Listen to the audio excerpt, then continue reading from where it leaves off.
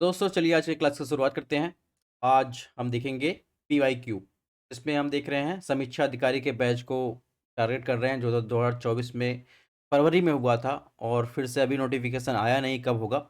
लेकिन हम थोड़ा सा पैटर्न समझने की कोशिश करेंगे कि एग्ज़ाम पूछने का तरीका कैसे बदल रहा है, वन लाइनर से कैसे अप्लाइड क्वेश्चन पूछ रहा है, सोर्स क्या इस्तेमाल कर रहा है, बेसिक चीज़ें कहाँ से पूछ रहा है।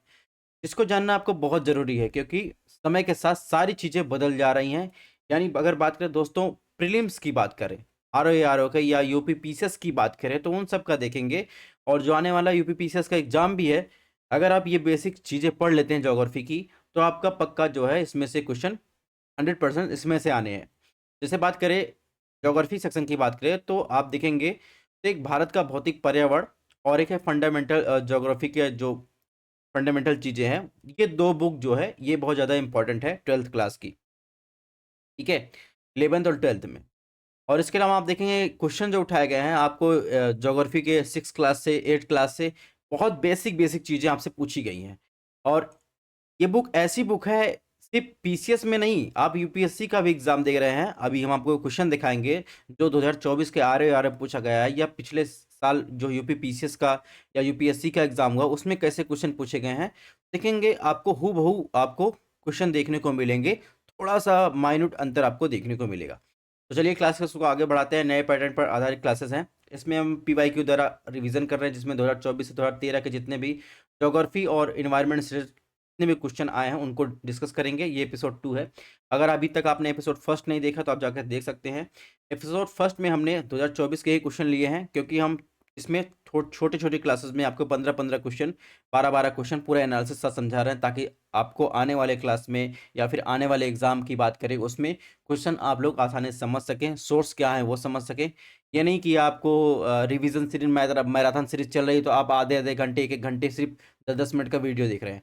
आपको सोर्स पता चल जाएगा तो आप जितना पढ़ के आप जितना विजुलाइज कर लेंगे उतना आपको वीडियो देखने से टाइम आप बर्बाद करने की ज़रूरत नहीं है, ठीक है? एक बार आपको सोर्स पता चल जाए। तो फिलहाल बात करें एपिसोड 2 में, आज भी हम 2024 के क्वेश्चंस को देखेंगे क्योंकि आप देखेंगे 2024 में जो आरओ का एग्जाम हुआ लगभग देखेंगे 43 क्वेश्चन ज्योग्राफी के टोटल पूछे गए थे, ठीक है? तो उसको समझने की कोशिश करेंगे। और इसके अलावा आपको पीडीएफ कहाँ पर मिलेगी? पीडीएफ आपको हमारे टेलीग्राम चैनल व्हाट्सएप पेज पे मिलेगी, आप यहाँ स्कैन करके ज्वाइन कर सकते हैं। इसके अलावा हमारा इंस्टा और फेसबुक पेज पे इसको भी ज्वाइन कर सकते हैं। सबसे पहले बात करें तो सबसे इम्पोर्टेंट जो ज्योग्राफी का इस बार का जो क्वेश्चन आया है लगभग 3 से 4 क्वेश्चन आप देखने को मिलेगा इसी चार्ट से आया है। यानी भारत के प्राकृतिक वनस्पति के प्रकार और उसके वितरण, यानी बात करें वर्ल्ड लेवल पर जितने वनस्पति पाई जाती हैं और क्लाइमेटिक रीजन से क्वेश्चन आया है। अगर आपका ये कॉन्सेप्ट क्लियर है तो आरओ के एग्जाम की बात करें या यूपी पीसीएस की बात करें, यूपीएससी की बात करें, किसी भी पीसीएस की बात करें, जिस तरीके से क्वेश्चन पूछ रहा है तो आप लगभग क्वेश्चन इससे कर ले जाएंगे। जैसे अगर बात करें तो इसके पहले हमने क्लासेस में डिस्कस किया है, अलग से भी आप देखेंगे क्लाइमेटिक रीजन की हमने क्लासेस ली हैं जिसमें हमने बताया कि 0 से 10 के बीच में आप देखेंगे विषुवत रेखीय जलवायु प्रदेश पाया जाता है, ठीक है, जिसमें विषुवत रेखीय सदाबहार वन पाए जाते हैं। और दूसरा आप देखेंगे 10 से 30 में देखेंगे तो पूर्व में आपको देखेंगे मानसूनी टाइप क्लाइमेट आपको देखने को मिलेगा। इन दोनों क्लाइमेट की विशेषता होती है, यहाँ पर लैटराइट सॉइल पाई जाती है, ठीक है, क्योंकि देखेंगे तो यहाँ पर इतनी ज़्यादा वर्षा होती है। वर्षा आप देखेंगे लगभग वर्षा की मात्रा अगर देखेंगे, वर्षा की मात्रा 70 से 200 सेंटीमीटर यहाँ पर मानसूनी टाइप क्लाइमेट में, 200 सेंटीमीटर से अधिक आप देखेंगे तो विषुवत रेखीय जलवायु प्रदेश में पाई जाती है। तो इस प्रकार इसमें देखेंगे इतनी अधिक वर्षा होती है तो यहाँ पर इतनी वर्षा होने के कारण यहाँ पर जो है निच्छालन की प्रक्रिया आपको देखने को मिलती है और उसी के कारण देखेंगे तो यहाँ पर लेटराइट सॉइल या रेड सॉइल देखने को मिलता है। एक विशेषता आपको ये ध्यान रखनी है। और वहीं आपसे पूछा जाए कि दोपहर के बाद तड़ित झंझा के साथ कम समय में बारिश होने की जो विशेषता है वो किस क्लाइमेटिक रीजन की है, तो आपको ध्यान रखना है विषुवत रेखीय जलवायु प्रदेश की है, ठीक है। और यहाँ का औसत वार्षिक तापमान देखेंगे लगभग 18 डिग्री सेल्सियस से अधिक होता है। तापांतर आपको ना के बराबर देखने को मिलेगा, यानी दिन और रात में ताप का अंतर होता है वो ना के बराबर देखने को मिलेगा। ये चार्ट आपको याद रखना है दोस्तों, ठीक है। यहाँ पे कौन कौन से वृक्ष पाए जाते हैं, किस क्लाइमेटिक रीजन में कौन से वृक्ष पाए जाते हैं, इससे क्वेश्चन पूछे जाते हैं। अभी तक आपने क्लासेस नहीं देखी है तो आप जाके प्लेलिस्ट में देख सकते हैं, हमने सेपरेट इसका वीडियो लिया है। और इसमें एक चीज़ और पूछी जाती है कि कौन से क्लाइमेटिक रीजन में आप देखेंगे सर्दियों के टाइम वर्षा होती है, तो भूमध्य सागरीय रीजन में सर्दियों के टाइम वर्षा होती है, ठीक है। तो 2-3 चीज़ें आपको इसमें ध्यान रखनी है इस चार्ट में। एक तो सॉइल कौन सी सॉइल कहाँ पाई जाती है, दूसरा किस टाइप के वहाँ पर वन पाए जाते हैं, ठीक है, और तीसरा आप देखेंगे तो इसमें वनों के प्रकार में अलग अलग आपको ध्यान रखना है। तो एक तो मेडिटेरियन क्लाइमेट से पूछा जाता है, दूसरा मानसूनी से, तीसरा आप देखें चीन टाइप क्लाइमेट से पूछ लिया जाता है, और चौथा देखेंगे विश्वरेखीय जलवायु प्रदेश से, ठीक है। तो इसके पहले हमने जो एपिसोड फर्स्ट में क्लास ली थी उसमें क्वेश्चन नंबर 15 में मैंने बताया था, इसमें देखिए ध्यान से पढ़िए, कथन दिया गया है, कार्ड दिया गया है। अब देखिए ऐसे क्वेश्चन इस बार जो है भर भर के पूछे गए हैं, तो इसको आपको समझना पड़ेगा। जैसे इसमें पूछा गया है कि विश्वतीय वायोम सबसे घना सर्वाधिक जय भार वाला वन वायोम है।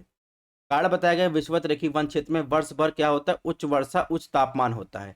अगर यहाँ पर तापमान ज़्यादा रहता है, वर्ष भर तापमान ज़्यादा बना रहता है, तो आप देखेंगे यहाँ पर हवाएं जो है यानी गर्म होकर ऊपर उठेंगी, यानी आर्द्रता लेकर समुद्र से, और ऊपर जाकर देखेंगे संघनित होकर वर्षा करेंगे। अगर वर्षा की मात्रा ज़्यादा हो रही है तो वहाँ पर आपको देखेंगे जैव विविधता भी ज़्यादा देखने को मिलेगी, पेड़ पौधे जीव जंतु डाइवर्सिटी आपको ज़्यादा देखने को मिलेगी। जैसे आप बात करें तो अमेजॉन फॉरेस्ट की बात करें भारत में, आप देखेंगे तो इधर आ जाइए, वेस्टर्न घाट में आ जाइए, नॉर्थ ईस्टर्न रीजन में आ जाइए, यहाँ पर आपको जैव विविधता ज़्यादा देखने को मिलेगी, एक प्रकार का जैव विविधता हॉटस्पॉट देखने को मिलेगा, ठीक है। तो कार्ड की व्याख्या हो गई। अब कथन की व्याख्या करें तो वहाँ पर सबसे घना और सर्वाधिक जैव भार वाला बायोन पाया जाता है, ठीक है। जब वर्षा ज़्यादा हो डाइवर्सिटी आपको ज़्यादा देखने को मिलेगी, ठीक है, तो इससे जो है वहाँ का जैव भार और सबसे अधिक जो है आपको घना वन भी देखने को मिलेगा। तो कथन जो कहा गया है उसका कार्ड जो बताया गया है दोनों सही है, यानी कार्ड कथन सही है, और जो कार्ड है आर है वो एक ही व्याख्या भी कर रहा है। तो इस प्रकार इसमें ऑप्शन बी सही हो जाएगा, ठीक है। ध्यान से पढ़िए, इस चार्ट को आप क्लियर रहेगा तो बेसिक कॉन्सेप्ट आप अप्लाइड करके देख सकते हैं। 16 को देखते हैं, ये भी आर को 2024 में क्वेश्चन पूछा गया है। इसमें पूछा है कथन में क्या कहा गया है, ध्यान से पढ़िएगा। लाल मिट्टी का रंग लोहे के उच्च अनुपात के बजाय उसके व्यापक प्रसार के कारण होता है। कारण बताया गया उनमें आमतौर पर नाइट्रोजन फास्फोरस और ह्यूमस की कमी होती है। अभी मैंने बताया वर्ल्ड क्लाइमेटिक रीजन में मैंने बताया, यहाँ पर आप आएंगे तो यहाँ पर जो विश्वतरेखीय जलवायु प्रदेश है, विश्वतरेखीय जलवायु प्रदेश, और यहाँ पर आएंगे तो मानसूनी टाइप क्लाइमेट में यहाँ पर देखेंगे तो यहाँ पर लैटराइट सॉइल पाई जाती है, रेड सॉइल पाई जाती है, ठीक है। तो यहाँ पर देखेंगे इतनी ज़्यादा वर्षा होती है कि यहाँ पर निच्छालन की प्रक्रिया देखने को मिलेगी। तो निच्छालन की प्रक्रिया आप देखेंगे इसके कारण क्या होता है, जितने भी पोषक तत्व नाइट्रोजन फास्फोरस ये सब रहते हैं जो मृदा को उर्वरता को बनाने के लिए आवश्यक होते हैं, तो वर्षा इतनी अधिक होती है कि यहाँ पर निच्छालन प्रक्रिया के द्वारा वो पोषक तत्व क्या जमीन के अंदर चले जाते हैं। ऊपर आपको जो है हैवी मटेरियल आपको देखने को मिलेगा, ठीक है। तो इस कारण जो है यहाँ पर आपको नाइट्रोजन के ऑक्साइड वगैरह देखने को मिलेंगे नहीं। यहाँ पर देखेंगे आप फेरस मिल जाएगा, एंड लौह और एल्युमिनियम जैसे अयस्क आपको देखने को मिल जाएगा, भारी तत्व देखने को मिल जाएगा, यानी उच्च मात्रा में आपको लोहे के अणु अंश देखने को मिलेंगे, ठीक है। इस कारण इसका जो कलर होता है वो लाल रंग होता है, ठीक है। तो इसमें देखेंगे ऑप्शन एक गलत हो जाएगा। कार्ड जो बताया गया है कि उनमें आमतौर पर नाइट्रोजन फास्फोरस ह्यूमस की कमी होती है, ठीक है, ये कार्ड भी सही है, ठीक है, कार्ड इसमें सही है। यहाँ पर अगर बजाय ना दिया होता उसके व्यापक प्रसार के कारण तो ये ऑप्शन सही होता, ठीक है। यहाँ पर लाल मिट्टी में लोहे का उच्च अनुपात पाया जाता है इसलिए उसका कलर जो है लाल होता है, ठीक है, लेकिन कार्ड इसमें सही है। तो इस प्रकार इसमें देखेंगे इसमें क्या सही हो जाएगा, ऑप्शन बी सही हो जाएगा, ठीक है। ऐसा दोस्तों आप जाएंगे तो एनसीईआरटी में आप देखेंगे भारत के भौतिक पर्यावरण में चैप्टर 6 है, उसमें सॉइल नाम से एक चैप्टर दिया गया है, जिसमें आप देखेंगे तो सॉइल के बारे में कितने टाइप की सॉइल होती है उनके बारे में दिया गया है। इसकी पीडीएफ हम आपको एनसीईआरटी की पीडीएफ शेयर कर देंगे, वहां से आप देख सकते हैं। इसमें आप जाएंगे लैटराइट सॉइल की विशेषता आपको देखने को मिलेगी, ठीक है।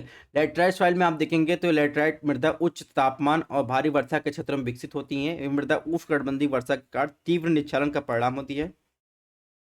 वर्षा के साथ आप देखेंगे चूना सिलिका का निच्छालन तो हो जाता है, लेकिन लोहे के ऑक्साइड और एल्युमिनियम के यौगिक भरपूर मात्रा में मृदा में बची रह जाती हैं, ठीक है।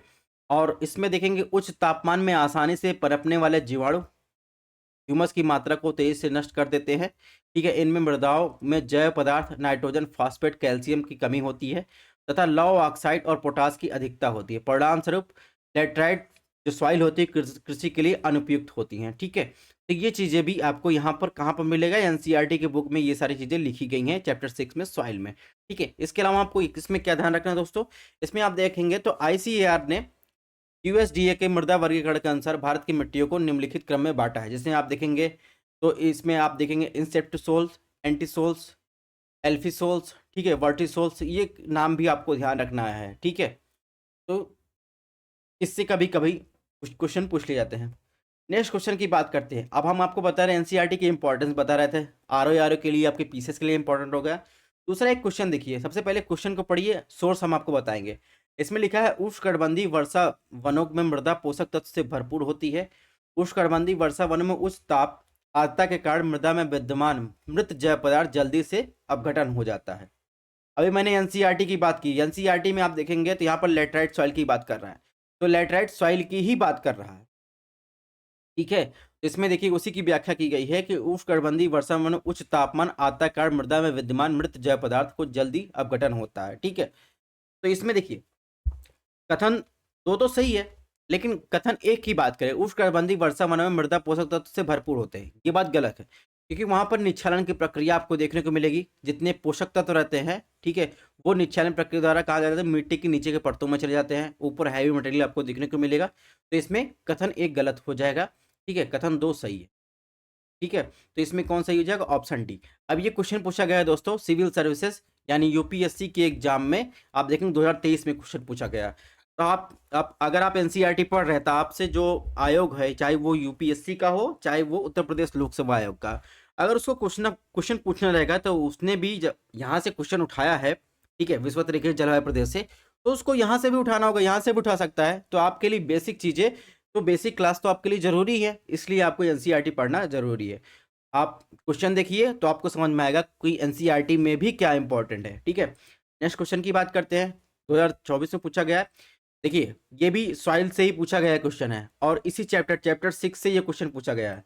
इसी चैप्टर 6 में आप देखेंगे शुष्क सॉइल से क्वेश्चन पूछा गया है। और आरओ के देखेंगे तो 2024 में पूछा गया है। ऐसे पूछा, भारत में लवड़ी जो होती है, साल्ट वाली मिट्टी जो होती है फसलों की खेती के लिए अनुपयुक्त नहीं है, ठीक है, यानी उपयुक्त नहीं है, ठीक है।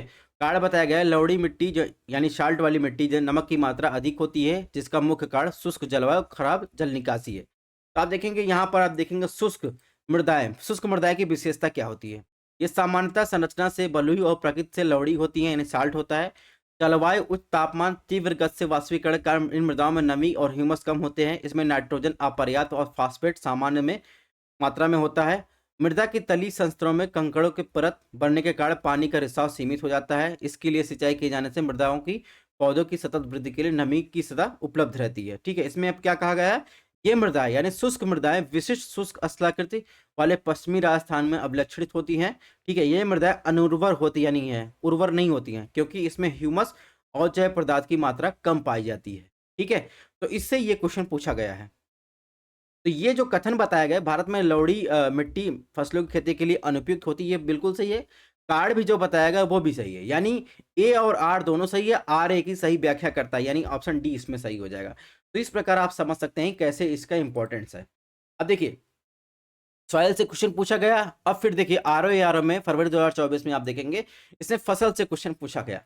अब देखिए ये भी बेसिक कॉन्सेप्ट में आप देखेंगे वेस्टर्न डिस्टर्बेंस इतना न्यूज में रहता है, पश्चिमी विक्षोभ आप हर न्यूज में पढ़ते होंगे, उसका अप्लाइड पार्ट पूछा गया है। तो इसलिए आपको बेसिक कॉन्सेप्ट ध्यान रखना है। अब आपने रबी, खरीफ, जायद फसल रट ली कि रबी की फसल ये होती है, जायद की फसल ये होती है, ठीक है, खरीफ की फसल ये होती है। अब क्वेश्चन कैसे पूछा गया इसको आपको देखना है। इसलिए पूछा गया भारत में रबी की फसलों की खेती का मुख्य रूप से पंजाब, हरियाणा जैसे उत्तर पश्चिमी राज्यों में की जाती है। कारण बताया गया है इन राज्यों में रबी फसलों की सफलता सर्दियों के दौरान पश्चिमी उष्णकटिबंधीय चक्रवात यानी आप देखेंगे वेस्टर्न डिस्टर्बेंस की बात कर रहा है, होने वाली बारिश पर निर्भर करती है, ठीक है। तो आप देखिए सबसे पहले आपको बता दे, जो आप लोग फैक्चुअल रखते हैं, खरीफ की फसल में आप देखेंगे क्या आएगा, धान, यानी जिसमें ज़्यादा पानी की जरूरत पड़ती है। खरीफ की फसल में वही फसलें आती है जिसमें ज़्यादा पानी की जरूरत पड़ती है, जैसे धान हो गया, आप देखेंगे मक्का हो गया, ठीक है, बाजरा हो गया, ज्वार हो गया। तो इसमें आप देखेंगे तो बाजरा ज्वार की बात करें, इसमें भी कहीं ना कहीं आप देखेंगे ज़्यादा पानी की जरूरत। रबी की फसलों में आप देखेंगे ठंडी के सीजन में बोई जाती है, ठीक है, यानी ठंडी के सीजन में इसको काटा जाता है। जैसे आप गेहूं की बात कर लें, ठीक है, और चना की बात कर लें, मटर की बात कर लें, दाल वाली फसलें जितनी हैं वो ठंडी के सीजन में आपको देखने को मिलेगी। और ये जो रबी की क्रॉप है, रबी की क्रॉप यानी ठंडी का सीजन आप देखेंगे तो यहाँ पर एक वेस्टर्न डिस्टर्बेंस होता है, मेडिटेरियन सी से आप देखेंगे आता ग्रहण करके भारत के उत्तरी मैदानों में ये वर्षा करती है, जो आप देखेंगे रबी की फसलों के लिए ज़्यादा महत्वपूर्ण होती है, फायदा पहुंचाती है।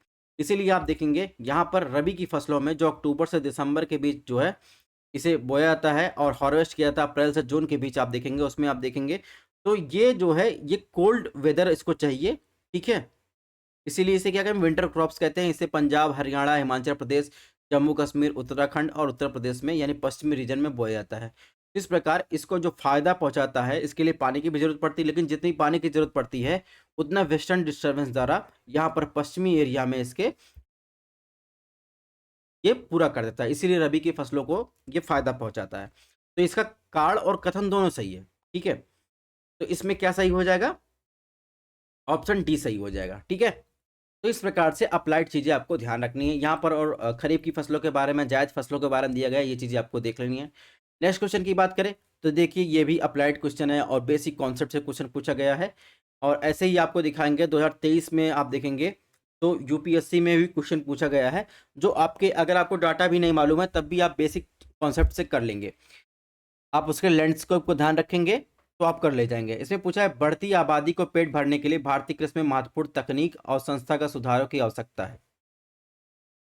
भारत के कई हिस्सों में बड़ी संख्या में किसान अभी भी क्या कर रहे हैं, कृषि के लिए मानसूनी वर्षा पर निर्भर है, मिट्टी की प्राकृतिक उर्वरता पर निर्भर है, ठीक है। कहने का मतलब भारत की आबादी 140 करोड़ हो गई है।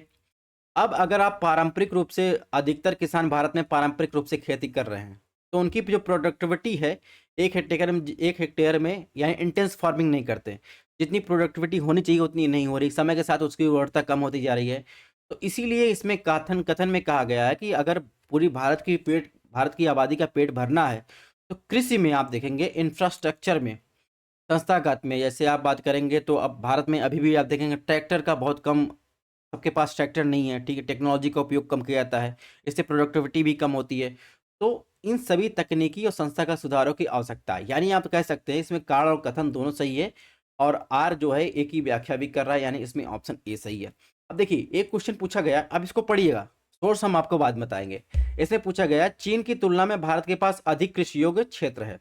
ऑप्शन 2, चीन की तुलना में भारत में सिंचित क्षेत्र का अनुपात अधिक है। ऑप्शन 3, चीन की तुलना में भारत में कृषि में प्रति हेक्टेयर औसत उत्पादकता अधिक है। आप सबसे पहले आप चीन और भारत का आपको एक फिजिकल लोकेशन की बात करें, सबसे पहले आप देखेंगे ये सपोज इंडिया है, ठीक है। और यहाँ पर आप जाएंगे तिब्बत रीजन, यहाँ पर चीन है, ठीक है। यहाँ पर आप देखेंगे तो ट्रांस हिमालय पहले। और चीन की बात करें, चीन का अधिकतर जो भाग है यानी पश्चिमी अगर एरिया देखेंगे तो ये कहा पहाड़ी है, वहाँ पर मैदानी इलाका आपको कम देखने को मिलेगा, ठीक है। आप इधर आ जाएंगे साउथ चाइना सी के पास तो थोड़ा आपको मैदानी इलाका देखने को मिलेगा। पश्चिम में जाएंगे तो आपको अधिकतर जो है पहाड़ी रीजन मिलेगा। भारत में आप जाएंगे तो उत्तर भारत का विशाल मैदान, ठीक है, प्रायद्वीपीय भारत, तो आपको जो है मैदानी इलाका आपको ज़्यादा देखने को मिलेगा। इससे आप बताइए कि चीन की तुलना में भारत के पास अधिक कृषि योग्य भूमि है, ये कथन सही है कि नहीं? ये बात बिल्कुल सही, क्योंकि चीन के पास आप देखेंगे पहाड़ी रीजन ज़्यादा देखने को मिलेगा, ठीक है। तो ऑप्शन एक तो सही हो जा रहा है, ठीक। और दूसरा ऑप्शन दिया है चीन की तुलना में भारत में सिंचित क्षेत्र का अनुपात अधिक है।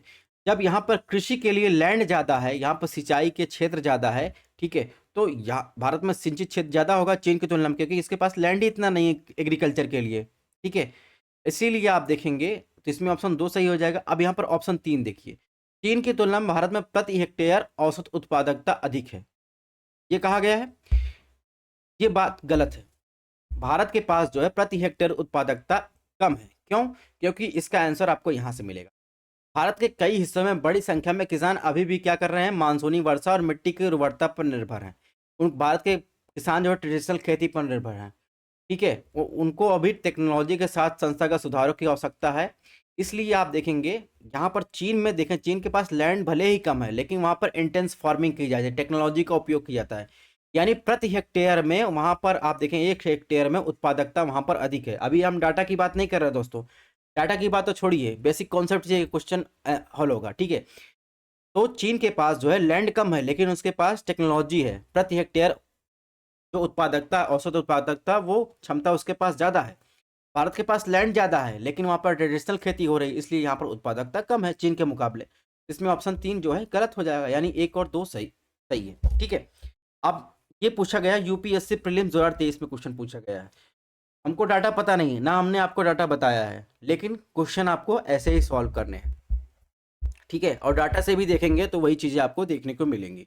अब इसमें यूपीएससी में पूछने का तरीका अलग है। इसमें पूछा केवल 1 कथन सही, केवल 2 कथन सही, केवल 3 कथन सही है, इनमें से कोई नहीं।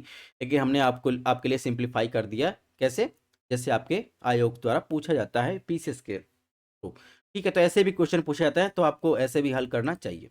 अब देखिए ये क्वेश्चन है, ये भी सीधे-सीधे आप देखेंगे तो क्लास 8 की एनसीईआरटी से वहाँ पर एक चैप्टर दिया गया है, वहाँ पर आप देखेंगे तो ऐसे बॉक्स दिए गए हैं। वहाँ पर एनसीईआरटी की एक खासियत यहाँ पर देखिए, क्या आप जानते हैं, क्या आप जानते हैं, ऐसी चीज़ें आपको दी गई हों, तो इसको आपको विशेष तौर पर फोकस करना है। ठीक है?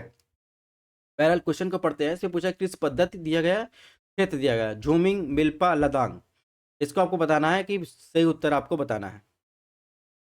तो आप देखिए एनसीईआरटी में ही दिया गया है कि झूमिंग जो है उत्तर पूर्वी भारत में होती है। ठीक है, यानी आप देखेंगे साउथ ईस्ट सॉरी एशिया में भी आपको देखने को मिल जाएगा। मिल्पा मैक्सिको में, रोका ब्राजील में, लदांग आपको मलेशिया में देखने को मिलेगा। ठीक है, झूम की बात करें जिसे आप देखेंगे slash and burn type agriculture कहते हैं, ये मैक्सिको, मध्य अमेरिका में आपको मिल्पा देखने को मिल जाएगा।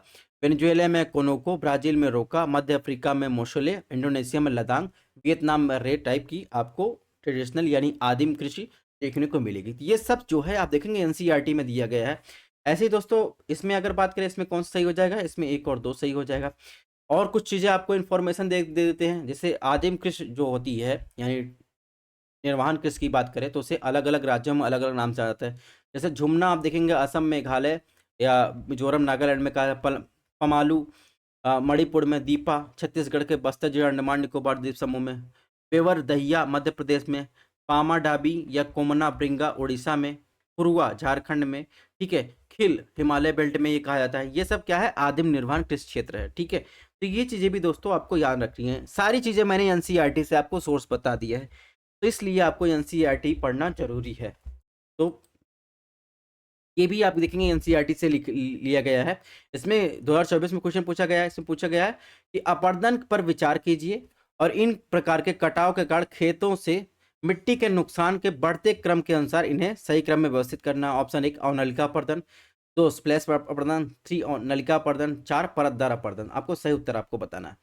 तो देखेंगे मृदा की गुणवत्ता यानी निम्नीकरण के आप देखेंगे तो जलीय अपर्दन द्वारा ये क्रम चलता है, और एक होता है वायु अपर्दन द्वारा।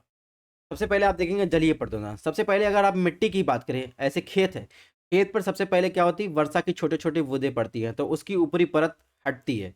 तो सबसे पहले क्या होता है, स्प्लैश इरोजन होता है। उसके बाद लगातार वर्षा होती रहती है तो उसकी जो सीड्स होती है यानी मिट्टी की जो परत होती है वो पूरा जो है हट जाती है। इसे क्या कहते हैं, सीड इरोजन कहते हैं। फिर ये सीड्स जो होती हैं ये एक प्रकार की छोटी छोटी नलियों के समान हो जाती है, यहाँ पर पानी बहने लगता है। फिर इसे क्या कहते हैं, रिले इरोजन कहते हैं। और यही रिलो इरोजन छोटे-छोटे नलियाँ जब मिल जाती हैं तो इसे क्या होते हैं, गली अप इरोजन होने लगता है। यही गली इरोजन और बड़ी मात्रा में होता है तो पैडलैंड टोपोग्राफी के रूप में आपको देखने को मिलेगा। ये मालवा के पठारी एरिया में चंबल नदी अपवाद द्वारा ये आपको देखने को मिलेगा, बीहड़ भूमि जिसे कहते हैं। तो ये सब क्या है, गली इरोजन का विस्तार रूप आपको देखने को मिलेगा।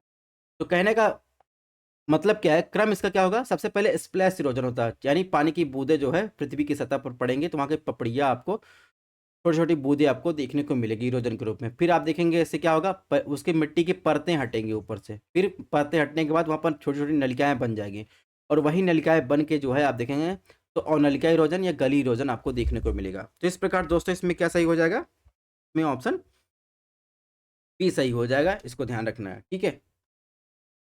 नेक्स्ट क्वेश्चन की बात करें, देखिए अब ये क्वेश्चन 2014 में यूपीएससी में पूछा गया है, तो क्या आप इसको नहीं कर सकते हैं?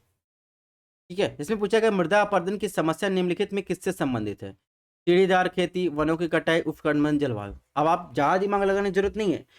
मृदा अपरदन की समस्या किस संबंधित है? आप वनों की कटाई करेंगे तो सॉइल इरोजन होगा कि नहीं?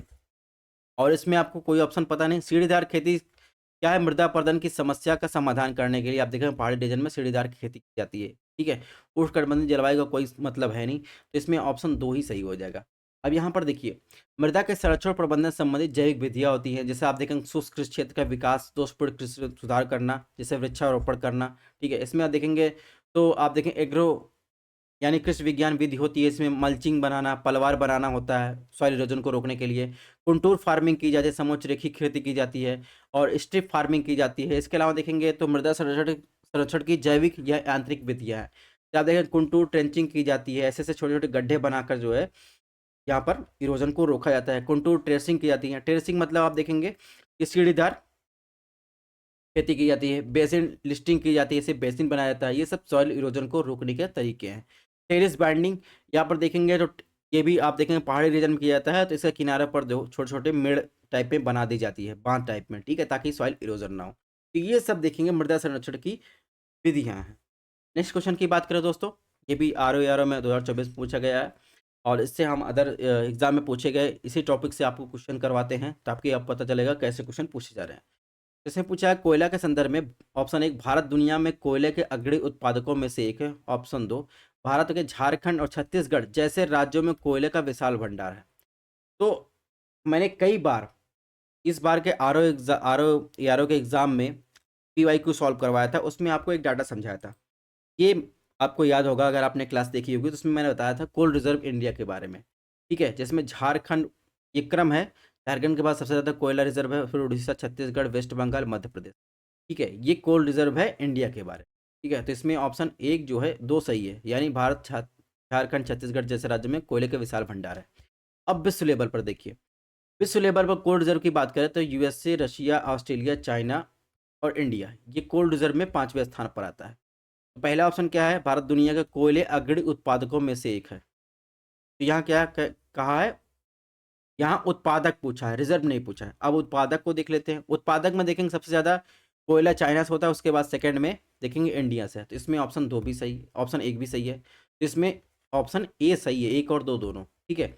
अब इस ऑप्शन में देख लेते हैं, लार्जेस्ट कोल प्रोड्यूसिंग पूरे वर्ल्ड में बात किया है, सबसे ज़्यादा चाइना, फिर इंडिया, फिर USA, इंडोनेशिया, ऑस्ट्रेलिया, रसिया। लेकिन रिजर्व के मामले में पूछा जाए, रिजर्व जो है सबसे ज़्यादा USA के पास है, फिर रशिया, फिर ऑस्ट्रेलिया, फिर चाइना, फिर इंडिया। तो ये क्रम आपको भूलना नहीं चाहिए। रिजर्व तो है USA के पास, लेकिन प्रोडक्शन के मामले में ये तीसरे स्थान पर है, ठीक है। रशिया जो है प्रोडक्शन के मामले में आप देखेंगे तो ये जो है 6वें स्थान पर है, लेकिन वहीं आप देखेंगे रिजर्व के मामले में इंडिया 5वें स्थान पर है, लेकिन प्रोडक्शन के मामले में दूसरे स्थान पर है। आप देखेंगे भारत में लगभग 98% कोयला भंडार, जो कुल कोयला उत्पादन 99% जो क्या गोंडवाना क्षेत्र से प्राप्त होता है, जिसमें आप देखेंगे दामोदर नदी बेसिन की बात करें झारखंड, पश्चिम बंगाल, महानदी बेसिन छत्तीसगढ़, उड़ीसा, गोदावरी बेसिन की बात करें महाराष्ट्र, नर्मदा घाटियों में पाया जाता है, ठीक है। अब देखिए एक क्वेश्चन पूछा गया 2013 में, ये UPSC में क्वेश्चन पूछा गया है। इसमें सल्फर की मात्रा और कार्बन की मात्रा के आधार पर क्वेश्चन पूछा गया है। तो कोयला जो होता है वो 4 प्रकार के आप देख सकते हैं, जिसमें कार्बन की मात्रा जो है सबसे अच्छा कोयला होता है एंथ्रेसाइट। इसमें 80 से 95% को कार्बन की मात्रा होती है, और जम्मू कश्मीर में ही पाया जाता है कम मात्रा में। बिटमिनस टाइप कोयला की बात करें 60 से 80% कार्बन की मात्रा होती है, इसे झारखंड, पश्चिम बंगाल, उड़ीसा, छत्तीसगढ़ में और मध्य प्रदेश में पाया जाता है, ठीक है। लिग्नाइट कोयला की बात करें, इसमें कार्बन की मात्रा 40 से 55% होती है, और इसमें आपको हाई उच्च नमी देखने को मिलेगी, ठीक है। ये राजस्थान, लखीमपुर और तमिलनाडु पाया जाता है। पिट की बात करें तो यहाँ पर ये कुल मिलाकर लकड़ी का बना हुआ कोयला होता है, ठीक है। तो आप देखेंगे जैसे एंथ्रेसाइट से पेट की तरफ आ जाएंगे, यहाँ पर नमी की मात्रा आपको बढ़ती हुई देखने को मिलेगी, यानी सल्फर की मात्रा आपको बढ़ती हुई देखने को मिलेगी, ठीक है। और जैसे ही आप पिट से आप एंथ्रेसाइड की तरफ आएंगे, वैसे ही आप देखेंगे तो कार्बन कंटेंट आपको ज़्यादा देखने को मिलेगा, और आपको हीट भी ज़्यादा देखने को मिलेगी। तो इसमें जो सही आंसर है आप देखेंगे 1 और 2, यानी उच्च भस्म, ठीक है। भारतीय कोयले में आप देखेंगे उच्च भस्म, ठीक है, कार्बन कंटेंट की हीट की बात कर रहा है, और निम्न सल्फर आपको देखने को मिलता है, ठीक है, भारत के कोयले के बारे में। दोस्तों नेक्स्ट क्वेश्चन की बात करें तो ये देखिए RAR 2024 में पूछा गया क्वेश्चन है, 2023 सॉरी क्वेश्चन नंबर 3 में। इसमें कोयला आधारित बिजली संयंत्र के बारे में, राज्य में अवस्थित, इसकी लोकेशन के बारे में क्वेश्चन पूछा गया है। तो ये ROARO का क्वेश्चन है। अभी हम आपको अदर एग्जाम के क्वेश्चन दिखाते हैं, कैसे क्वेश्चन पूछा जाता है। एकदम बेसिक चीजें हैं इसमें। क्या इसमें कहलगांव, खरगोन, कोरबा, कुटगी। आपको कोरबा आपने सुना होगा, कोरबा कहाँ, छत्तीसगढ़ में है। खरगोन आपने MP में सुना होगा, ठीक है। कहलगांव आपने सुना होगा तो बिहार में। कुटगी कहाँ, कर्नाटका में। अगर आपको नहीं पता है तो नाम से भी आपने कई बार सुना होगा। तो ये मिलान आप देखेंगे तो इस हिसाब से इसमें ऑप्शन D सही है, ठीक है। यहाँ पर इसकी लोकेशन दी गई है। अब मेन बात पे आते हैं, इस क्वेश्चन को देखिए, फिर आपका दिमाग थोड़ा खुलेगा। इसमें दिखा है भारत में कोयला आधारित तापीय यानी थर्मल पावर प्लांट के संदर्भ में निम्नलिखित तथ्यों पर विचार कीजिए। ऑप्शन 1 उनमें से किसी भी में भी समुद्र जल का उपयोग नहीं किया जाता है। ऑप्शन 2 उनमें से कोई भी जल संकट वाले जिले में स्थापित नहीं है। ऑप्शन 3 उनमें से कोई भी निजी स्वामित्व में नहीं है, ठीक है। थर्मल पावर प्लांट की बात कर रहा है। सबसे पहली बात, चाहे वो थर्मल पावर प्लांट हो या न्यूक्लियर पावर प्लांट हो, उन पावर प्लांट को चलाने के लिए, उनको ठंडा रखने के लिए, ठीक है, ठंडे जल का प्रयोग किया जाता है, यानी जल की आवश्यकता होती है, चाहे वो नदी के द्वारा लिया जाए या समुद्र द्वारा लिया जाए। तो आप देखिए ये मैप है, थर्मल पावर प्लांट का मैप है। कई सारे जो पावर प्लांट है वो देखेंगे तो कोस्टल रीजन में स्थित है। तो पानी पानी की आवश्यकता को पूरा करने का हम ओशियन का सहारा लिया जाता होगा, ठीक है। तो इसमें ऑप्शन एक गलत हो गया, उनमें से किसी में भी थर्मल पावर प्लांट में को समुद्र जल का उपयोग नहीं किया जाता, ये ऑप्शन गलत हो गया, क्योंकि बहुत सारे जो कोस्टल लाइन में स्थित हैं। ऑप्शन दो, उनमें से कोई भी जल संकट वाले जिले में स्थापित नहीं है, ये बात गलत है, क्योंकि आप देखेंगे तो यहाँ पर आएंगे, गुजरात में आ जाएंगे तो कई सारे एरिया में जो भारत के अंदर थर्मल पावर प्लांट स्थित है, उनको ठंडा रखने के लिए पानी की आवश्यकता होती है, और कई सारे ऐसे जगह है जहाँ पर पानी की कमी आपको देखने को मिलेगी। इसमें ऑप्शन दो भी गलत है, ठीक है। ऑप्शन तीन की बात, उनमें कोई निजी स्वामित्व में नहीं है, यानी थर्मल पावर प्लांट, कई थर्मल पावर प्लांट है, उसमें अडानी टाटा के आपको थर्मल पावर प्लांट यानी विद्युत उत्पादन क्षमता वाले आपको देखने को मिलेगा। इसमें ऑप्शन तीन भी गलत, यानी ऑप्शन डी सही है, ठीक है, इनमें से कोई नहीं सही है। तो ये यूपीएससी पीटी 2023 में क्वेश्चन पूछा गया था, ये चीज़ें अप्लाइड है। क्वेश्चन नंबर 24 की बात करें, 2024 में पूछा गया है। इसमें रूस के कुजबास क्षेत्र के संदर्भ में निम्नलिखित कथनों में कौन सा कथन सही है? ऑप्शन एक, यह क्षेत्र कोयला और लौह अयस्क में समृद्ध है। ऑप्शन दो, नोवोविस्केक इस क्षेत्र का एक महत्वपूर्ण औद्योगिक केंद्र है। देखेंगे रशिया में, यहाँ पर देखेंगे नोवोविस्केक आ जाएगा, यहीं पर आप देखेंगे तो कुजबास क्षेत्र आ जाएगा, हमेशा न्यूज में रहता है। यहाँ पर कुजबास क्षेत्र विश्व का जो है सबसे बड़ा कोयला रिजर्व क्षेत्र है, ठीक है। और यहाँ पर कोयला के साथ साथ लौह अयस्क भी पाया जाता है। यहाँ पर भी नोवोविस्केक में आप देखेंगे तो महत्वपूर्ण एक इंडस्ट्रियल एरिया भी है, यानी इसमें ऑप्शन एक और दो दोनों सही है। अब देखिए एनसीईआरटी में ये सारी चीज़ें दी गई, जैसे कई सारी चीज़ें मैं एनसीईआरटी को यहाँ पे क्यों दिखा रहा हूँ, हो सकता है आपके आरओ या यूपी पीसीएस में ना पूछा जाए, लेकिन अगर आप अन्य किसी एग्जाम की तैयारी कर रहे हैं तो ऐसे जो है एनसीईआरटी में चीज़ें दी गई रहती हैं। जैसे रोचक तथ्य की बात करें तो ये आप देखेंगे तो 8 की एनसीईआरटी में खनिज यानी मिनरल्स में ये चीज़ें दी रहती हैं। जैसे आप देखेंगे तो यहाँ पर लिखा है फ्लोराइड, जो दांतों को गलाने से रोकता है, इसमें फ्लोराइड नामक खनिज प्राप्त होता है। अधिकतर दंत मंजन में टिटेनियम ऑक्साइड से सफ़ेद बनाए जाते हैं, जो कि आप देखेंगे तो इसमें रायोटाइल, एल्मेनाइट, एनाटेज नामक खनिज प्राप्त होता है। तो ये सब पूछ लेता है, ये कहाँ इस्तेमाल होता है, दंत मंजन में कौन सा इस्तेमाल होता है दांत को सफ़ेद बनाए रखने के लिए, तो ये चीज़ें पूछ ली जाती है जिसको आपको ध्यान रखना है।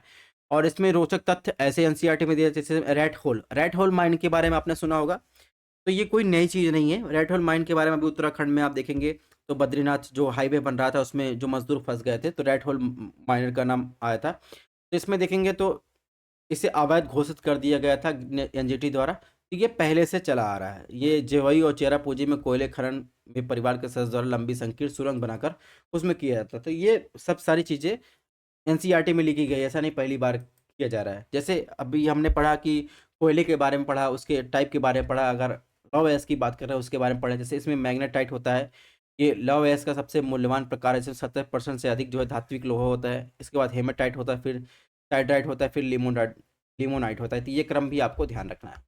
नेक्स्ट क्वेश्चन की बात करें दोस्तों, ये क्वेश्चन पूछा गया है और ये क्वेश्चन पहली बार नहीं आया है, अदर एग्जाम में ये क्वेश्चन आ चुका है।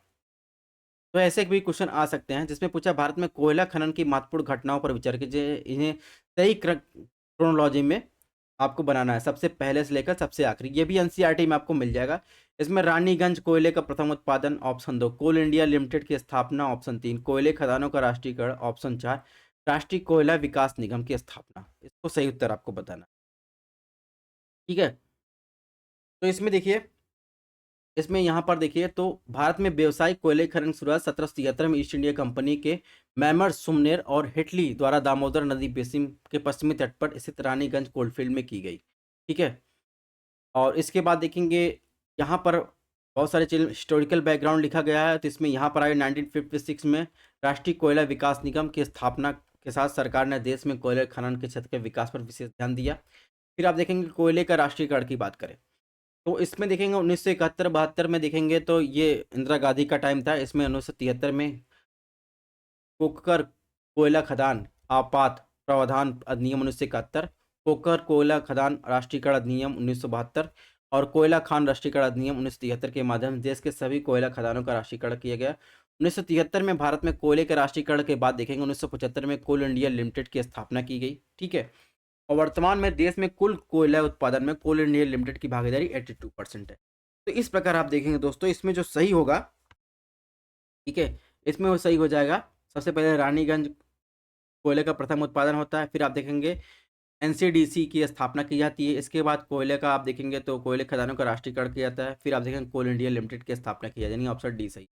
अब दोस्तों देखिए, इसमें एक क्वेश्चन पूछा गया 2019 में, ये क्वेश्चन यूपीएससी में पूछा गया है। ठीक है, इसे पूछा गया भारत सरकार द्वारा कोयले का राष्ट्रीयकरण इंदिरा गांधी के कार्यकाल में किया गया था। ऑप्शन 2, वर्तमान में कोयले ब्लॉक का आवंटन लॉटरी के आधार पर किया जाता है। ऑप्शन 3, भारत हाल के समय में घरेलू आपूर्ति की कमी को पूरा करने के लिए कोयले का आयात करता है, किंतु भारत अब भी कोयला उत्पादन में आत्मनिर्भर है। कौन सा कथन सही है? तो देखिए, अभी मैंने बताया कि 1972 में इंदिरा गांधी की सरकार के तहत कोयले क्षेत्र का 2 चरणों में राष्ट्रीयकरण किया गया था, जिनकी डिटेल हमने दे दी है। कोयले ब्लॉक का आवंटन लॉटरी के माध्यम से नहीं होता, नीलामी के माध्यम से होता है।